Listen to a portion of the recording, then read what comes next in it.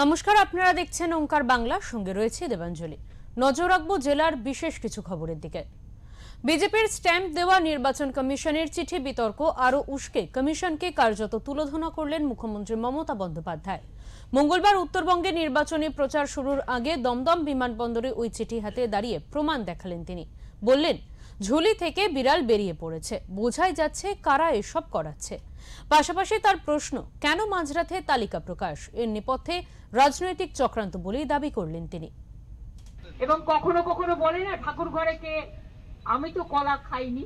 and now the cat is out of the bag. Election কমিশনের নোটিফিকেশনে বিজেপির চিহ্ন, এবং এটা তার সব পরিচয় প্রমাণ।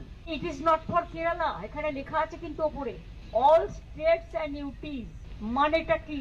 ক্লারিক্যাল মিস্টেক বললে হয়ে যাবে? হ্যাঁ, এটা ক্লারিক্যাল মিস্টেক না এটা পলিটিক্যাল ইন্টেনশন?